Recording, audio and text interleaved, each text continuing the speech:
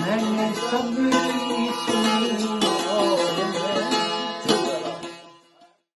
जहाँ तक आपके ख्वाब का ताल्लुक़ है, आपके शौक़ का ताल्लुक़ है, वो मुझे आज प्रोग्राम के हवाले से जब मैं कुछ सोच रहा था कि आज किस मतलब बात कैसे आगे बढ़ानी है मज़ीद, तो अचानक मुझे मौलाना अल्ताफ़ हुसैन हाली की जो मुसद्दस है मशहूर ज़माना, उसकी कुछ लाइनें आईं ज़हन में कि वो जो दावे थे उस वक्त, वो कह रहे थे, यानी अब मुनासबत आप ख़ुद देख लें, इरादे आपके और उनके मुमासिल हैं, दावे उनके और आपके मुमासलत रखते हैं, उसके अंदर जो गैज़ और गज़ब की हालत है वो भी मुमासलत रखती है। लेकिन बहरहाल वो कुफ़ार हैं, आप मुसलमान हैं। उनके जो उस वक्त बदर में जब आमने सामना होने जा रहा था तो मुसद्दस हाली में उसकी मंजरकशी करते हुए जो मिसरे आए थे मौलाना अल्ताफ़ हुसैन हाली की मुसद्दस में, वो कहते हैं कि शिकंजों में कसेंगे, कैंचियों से खाल उतारेंगे।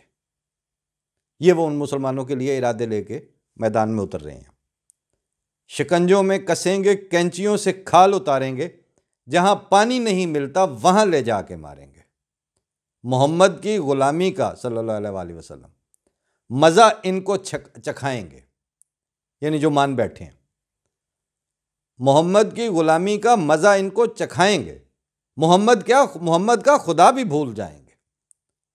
तो जनाब ये इरादे तो करीब की तारीख़ जो अभी तक हमारे अगर पीछे जाएं तो 1400-1500 साल की मालूम तारीख़ है, तो वो उसमें ये बात तो वो करते थे। तो क्या हुआ क्या फिर? यानी आज अगर उनके नाम हम जानते हैं, उतबा के या शेबा के या अबू जहल के, तो वो हम तारीख़ इस्लाम की वजह से उनके नाम जानते हैं। अगर सीरत इब्ने हिशाम आज़ सल्लल्लाहु अलैहि वसल्लम के पैरोकारों ने मुरतब की है, स्याह सित्ता आज़ सल्लल्लाहु अलैहि वसल्लम के मानने वालों की देन है। ये तो नहीं है कि उनमें से अबू जहल की तो कोई डायनेस्टी आगे नहीं आई। आप लोगों की डायनेस्टी आगे कोई नहीं है कि ये आप अच्छा आए कहाँ से हैं, आपको ये गुड़ती मिली कहाँ से थी? आज़ सल्लल्लाहु अलैहि वसल्लम की तो ये गुड़ती नहीं थी। आज़ सल्लल्लाहु अलैहि वसल्लम ने तो फरमाया था कि जो अपना घर का दरवाज़ा बंद कर ले उससे तारुज़ ना करना, दरख्तों को नहीं काटना। जंग के यानी बाकायदा जंग हो चुकी है, हो रही है, उसकी तालीमात जो दी जा रही हैं, उन सारी तालीमात को आप किसी दिन उस लिस्ट को पढ़ें और आप पाकिस्तान में अपनी हरकतें देखें कि आपने अहमदियों के ऊपर हमलों के दौरान उनके बाग भी काटे हो, आपने उनके मवेशी भी मारे और जलाए, आपने उनकी फसलें भी उजाड़ी, आपने उनके घर भी लूटे, आपने उनके घर भी जलाए। जानी नुकसान तो अपनी जगह पे। अभी अहमदियों का रद्द अमल जो है वो आप लोगों ने तो कभी देखा नहीं है। एक बात बहरहाल तय है कि जिनको अपना आप जैसों की मुखालफत की आंखों में आंखें डाल के जिंदा रहना और मरना आता है, वो बुज़दिल नहीं होते, उनके ऊपर अल्लाह ताला का ख़ास रहम होता है। लेकिन ठीक है कि जो मानने के नतीजे में जो आनी थी वो तो आनी है, उनका इनकार नहीं अहमदी करते, लेकिन अपने खुदा से कोई शिकवा नहीं है, अपने खुदा पर यकीन है, अपने खुदा पर ईमान है। हाँ, अगर आप लोगों में से किसी ने घड़ के मसीह मौत दिया होता, आप लोगों में से किसी ने खड़ा करके कहा होता कि इन्नू मान लो, फिर बहुत खतरात थे, लेकिन इस वक्त नहीं है।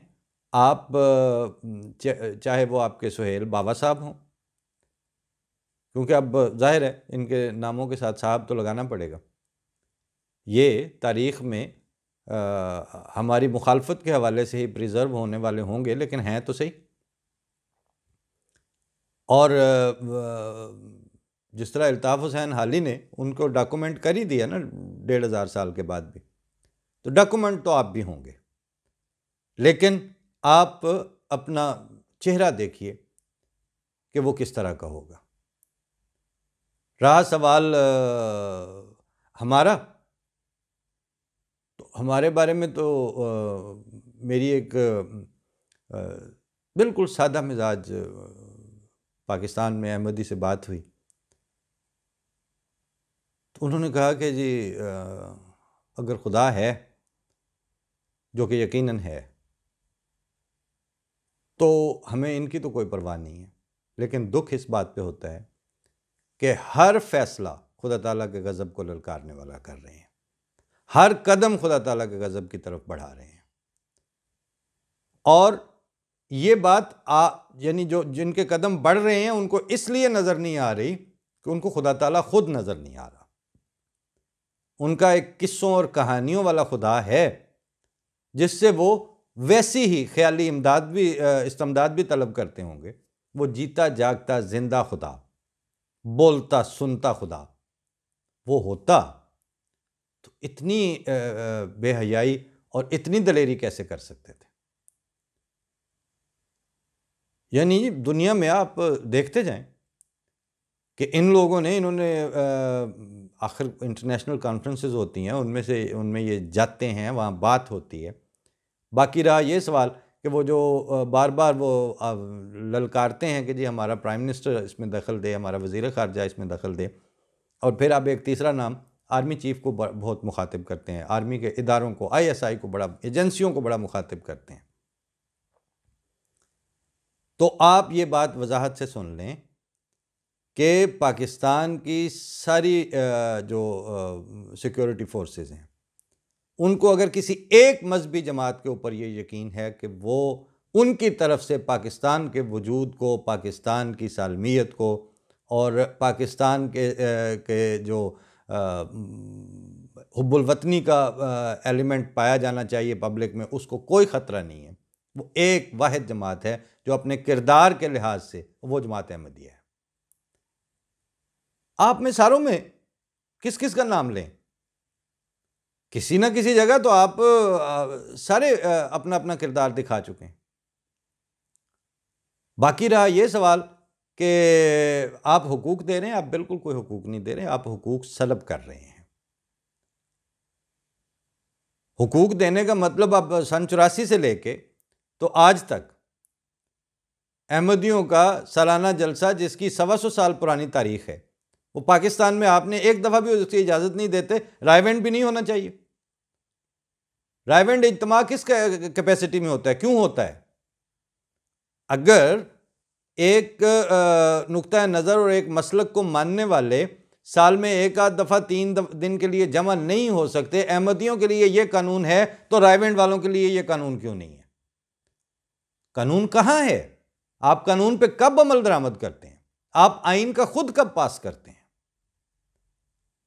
आइन के साथ खिलवाड़ करने वाले भी आप खुद हैं, कानून को पामाल करने वाले भी आप खुद हैं।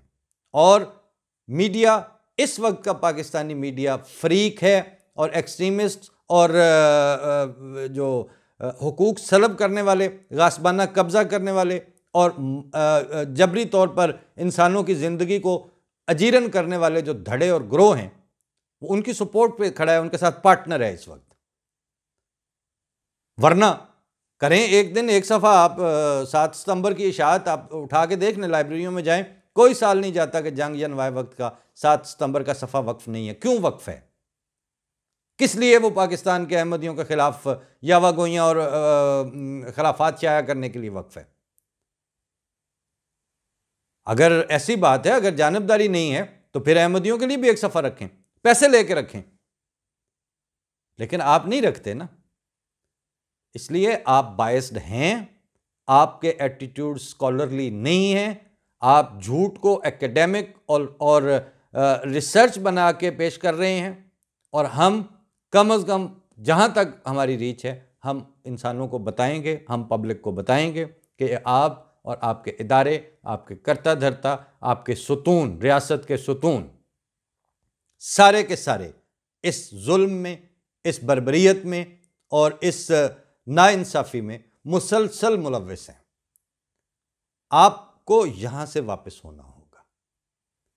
दुनिया में कहीं पे भी रियासत के इदारे, रियासत के शहरियों के ख़िलाफ़ इस तरह फरीक बन के मुसलसल 4-5 दहाइयों तक अगर ये हरकतें करते रहें तो नतीजतन अब आप देख लें, आप में आपके मुल्क से अहमदियों को छोड़ के बाकी हिजरत का तनासुब कितना है? अहमदियों को एक्सक्लूड करके आपके कितने ऑफिसर्स हैं, टॉप हायरार्की से लेके ग्रेड 17 तक के, जिसका हाथ पड़ता है उसके पास 2-2 नेशनैलिटियाँ हैं, उसने अपने बाहर इन्वेस्टमेंट रखी हुई है, उसके बच्चे बाहर हैं, उन्होंने घर बाहर खरीदे हुए हैं। रोज़ की तो ये रिपोर्टें छप रही हैं आपकी। जिन मुल्कों की आप मिसालें देते हैं उनमें हिजरत नहीं होती, उनमें से उनकी तरफ तो हिजरत होती है, वो नहीं हिजरत करके कहीं जाते। और जब किसी ने हिजरत, और वो माहौल होता है जो ये बताता है कि ये मुल्क हमारा ही है, हमने इधर ही रहना है, उस फ़ज़ा की तरफ जब तक आप पाकिस्तान को वापस नहीं लेके जाते, आपका ना मुआशी तौर पर कुछ बनेगा, ना आपका तालीमी तौर पर कुछ बनेगा। आप एटम बम और बेस्ट आर्मी और सरहदों की हिफाजत लेके बैठे रहें, आपकी सरहदें महफूज रहेंगी। आप उन सरहदों के अंदर हैज़े और ट्यूबरक्लोसिस और बीमारियों से, यानी इस तरह की जो समाजी बीमारी हैं, उनसे मर रहे होंगे। चौकीदार क्या करेगा? वो बंदूक से आपके हैज़े का और आपके डायसेंट्री का क्या इलाज करेगा? एटम बम की गोला खा के तो आपकी जो रोज़मर्रा की बीमारियां हैं, जो आपके अंदर समाजी बोगस हैं, जो आपके अंदर तालीमी पसमानदगी है, जो आपके अंदर तहजीबी खिलवाड़ है, उसका क्या इलाज किया जा सकता है? इसलिए अब आपको वापस होना होगा। पाकिस्तान ने रहना है, पाकिस्तान ने सरवाइव करना है, लेकिन आप जैसों की सोच और आप जैसों के जालमाना फ़लसफ़ों के साथ नहीं। पाकिस्तान ने सब का होके रहना है और पाकिस्तान में सब ने रहना है।